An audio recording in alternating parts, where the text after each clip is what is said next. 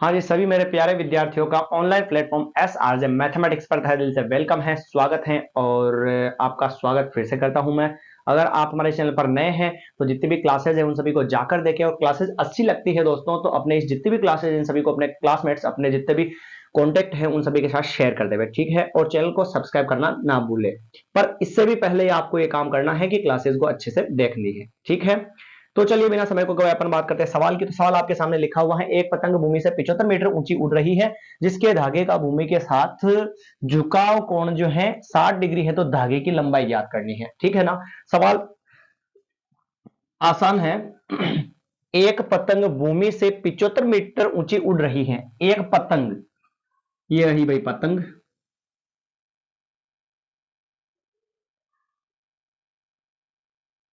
ठीक है। ये पतंग जो है भूमि से 75 मीटर ऊंची उड़ रही है, यानी कि ये तो हो गई भूमि और ये हो गई ऊंचाई इसकी। ये कितने मीटर ऊंचाई पर उड़ रही है?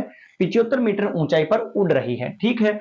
और अब यहां से उड़ रही है तो ऐसा थोड़ी, पतंग की डोरी तो ये रहेगी ना डियर स्टूडेंट, ये हो गई इसकी पतंग की डोरी, ठीक है। तो भाई 75 मीटर ऊंची उड़ रही है पतंग, जिसके धागे का भूमि के साथ झुकाव कोण, धागा ये रहा, भूमि ये रही, तो के बीच में झुकाव कोण कितने डिग्री का है? 60 डिग्री का है। तो हमें ज्ञात क्या करना है? धागे की लंबाई निकालनी है, ठीक है। धागे की लंबाई निकालनी है, धागा ये रहा, इसकी लंबाई को हम मान लेते हैं एक्स। क्या मान लेते हैं? एक्स मान लेते हैं। दोस्तों अगर आपने ये जो अपना चैप्टर है ऊंचाई और दूरी वाला अगर नहीं पढ़ा है तो मैं आपको सुविधा के लिए बता दूं कि आपको ध्यान रखना है, इसके अंदर जिस चीज का मान निकालना है उसको लेना है, और एक जो दे रखा है उसको लेना है, ठीक है। तो देखना, ये तो क्या हो गया? लंब। और ये क्या हो गया? कर्ण। और ये क्या हो गया? आधार। क्या हो गया? आधार। हमने क्या कहा अभी कि एक तो जो मान दे रखा उसको लेना है, और एक जो ज्ञात करना है। क्या दे रखा है? लंब दे रखा है, लंब दे रखा है। और क्या ज्ञात करना है? कर्ण, धागे की लंबाई कर्ण निकाल, यानी एल और के वाला फॉर्मूला। भाई साहब आ जाओ जरा लाल कक्का के ऊपर। तो लाल कक्का क्या कहता है? एल बाई के, ये रहा एल बाई के, और यहां पर क्या आता है? साइन थीटा या साइन ए आता है। क्या आता है? Sine theta. कोई तकलीफ है भाई? यानी एल बाई के का फॉर्मूला क्यों ले रहे, पता चल गया ना। एक तो जो दे रखा वो, और दूसरा ज्ञात करना वो लेंगे, यानी लंब और कर्ण लेंगे। तो लंब और कर्ण किसमें आता है? साइन थीटा के अंदर आता है। वैसे नीचे वाले में भी आ सकता है, दोनों ले सकते हैं ना। तो यहां पर लेंगे, इसको नाम दे देते हैं पी क्यू आर। तो त्रिभुज पी क्यू आर से साइन थीटा बराबर लंब बटेवा कर्ण। साइन थीटा, यहां पर देखिएगा थीटा का मान कितना है? 60 डिग्री है, बराबर लंब कितना है? 75। कर्ण कितना है? x मान लिया। साइन 60 का मान कितना होता है दोस्तों? √3/2, और बराबर में 75/x। मान निकालना है तो क्या करें? वज्र गुणा करवा देवे। ये इससे गुणा होगा तो √3x हो जाएगा, बराबर ये इससे गुणा होगा तो 75 इंटू क्या हो जाएगा? 2। तो यहां तक कोई दिक्कत है आपको साथियों? आया समझ में सभी को? और दिख भी रहा होगा। वैसे क्या इंक थोड़ी सी मैंने यहां पर चेंज कर दी है तो आपको थोड़ा सा ब्लैक और थोड़ा सा धुंधला दिख रहा होगा। अगली क्लास के अंदर जो है, मतलब कल वाली जितनी भी क्लासेस में डालूंगा उसमें वापस इंक को अपन ब्लैक कर लेंगे, ठीक है ना। थोड़ा सा साधनों का अभाव है यहां पर। आगे बढ़ते हैं, चलो। √3x, तो x को तो रहने देते इधर, इन दोनों का गुणा करवा लेते हैं तो कितना हो जाएगा? 150। और √3 कहां आ जाएगा? नीचे। हम कहते हैं साथियों कि जहां पर नीचे अंडर रूट वाली संख्या हो उसको हटाना पड़ेगा, और हटाने के लिए क्या करते हैं हम? हर का परिमेयकरण। हर का परिमेयकरण में क्या होता है? जैसे जो दे रखा है उसको तो लिख दो, इंटू लगाओ, हर नीचे वाली संख्या को बोलते हैं। इसका परिमेयकरण करना है तो ऊपर भी √3 से गुणा करवाओ और नीचे भी √3 से गुणा करवाओ। तो देखना अंडर रूट वाली संख्या दोनों आपस में गुणा नहीं होगी तो 150 √3 ऐसे लिख दो। फिर √3 सेम है तो क्या बन जाता है? होल स्क्वायर बन जाता है। और होल स्क्वायर बन जाएगा तो स्क्वायर से क्या होगा? अंडर रूट कट जाएगा। स्क्वायर से क्या होगा? अंडर रूट कटेगा या नहीं कटेगा? कटेगा। स्क्वायर से अंडर रूट कट जाएगा तो x बराबर क्या आ जाएगा यहां पर? 150 √3/3। 3 से काट देते इसको, 3 5 15, 0 का 0। तो x बराबर कितना हो गया? 50 √3 मीटर।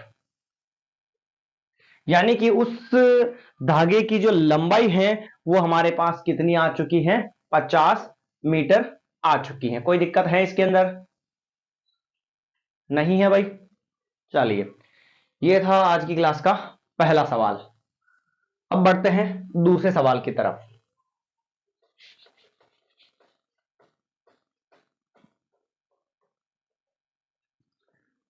दोस्तों अगर नए हैं चैनल पर तो चैनल को सब्सक्राइब जरूर कर देवे, क्योंकि यहां पर जो है आपको रेगुलर क्लासेस मिल रही हैं और आपको मिलती रहेगी जब तक आपके एग्जाम ना हो जाए अपने मैथमेटिक्स के, तब तक आपको रेगुलर क्लासेस मिलती रहेगी। और आपको ज्यादा समय नहीं देना है, ज्यादा से ज्यादा अपनी क्लास कभी कभार होती है आधे घंटे वाली, जिसके अंदर 6 या 5 सवाल करते हैं। बाकी रोज 15 मिनट की क्लास से ज्यादा नहीं होती है, जिसके अंदर 3-4 सवाल करते हैं, और ज्यादा वाली में अपन 1-2 बड़े सवाल भी कर लेते हैं। तो बड़े तो होने ही चाहिए वैसे, रेगुलर छोटे पढ़ेंगे तो पढ़ेंगे कब, बढ़ेंगे कब, ठीक है ना।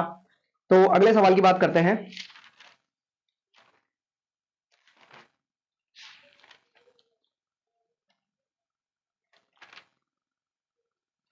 अगला सवाल ले ले भाई।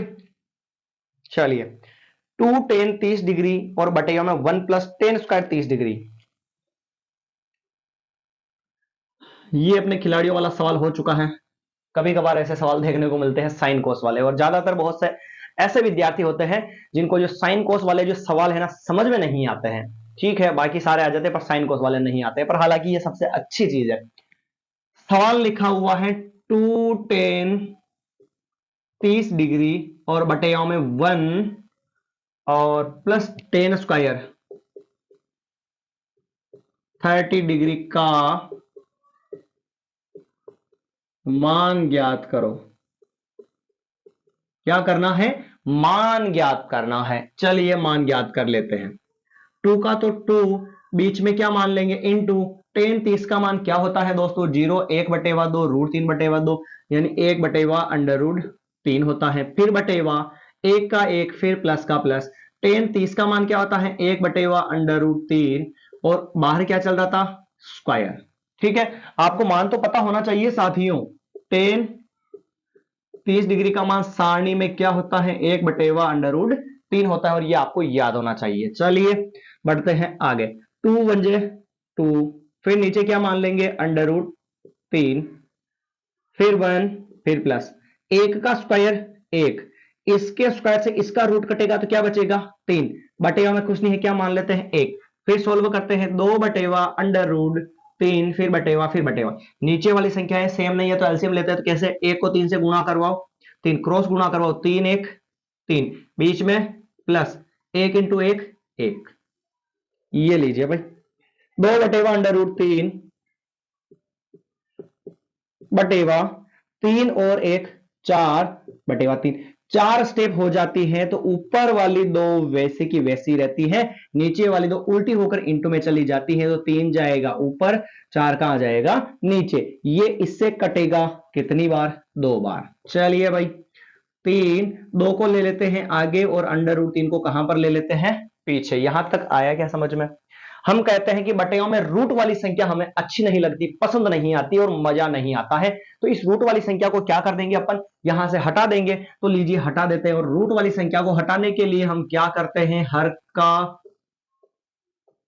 परिमेयकरण करते हैं। क्या करते हैं डियर स्टूडेंट? हर का परिमेयकरण करते हैं। तो ये लीजिए यहां पर कर देते हैं हर का परिमेयकरण, 2/√3 इंटू केवल रूट वाली संख्या का ये परिमेयकरण करेंगे, है ना, हर में भी। तो ये रहा √3 बटेगा में √3।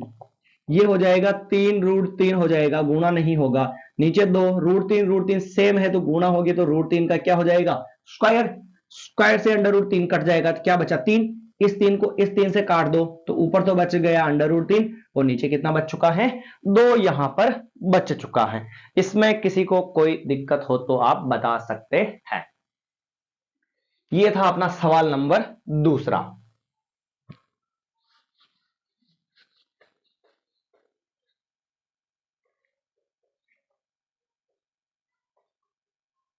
तो दोस्तों आज की क्लास में 2 सवाल ही काफी, क्योंकि इंक का यहां पर लफड़ा हो रहा है। इंक जो है दूसरी लग चुकी है, तो यहां पर क्लियर सवाल आपको नहीं दिख रहा होगा।